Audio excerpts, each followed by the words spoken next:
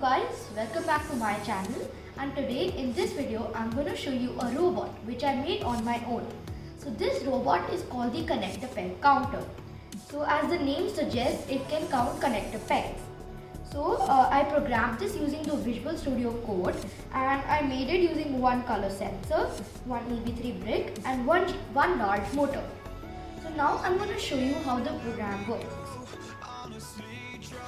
So you just have to put some connector pegs over here, and this area will move, and the connector pegs will go down the slope, and the color sensor will detect the color and tell you how many connector pegs there are.